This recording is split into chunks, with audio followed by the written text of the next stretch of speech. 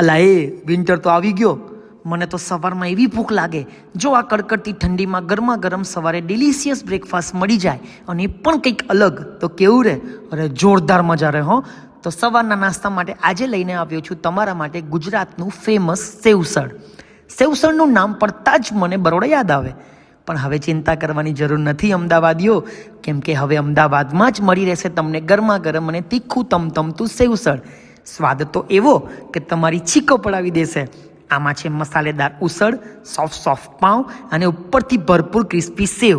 Just imagine crispy સેવ, spicy કરી અને soft પાઉંનું આ કોમ્બો તમારા શિયાળાની સવારની ઠંડી ઉડાડી દેશે.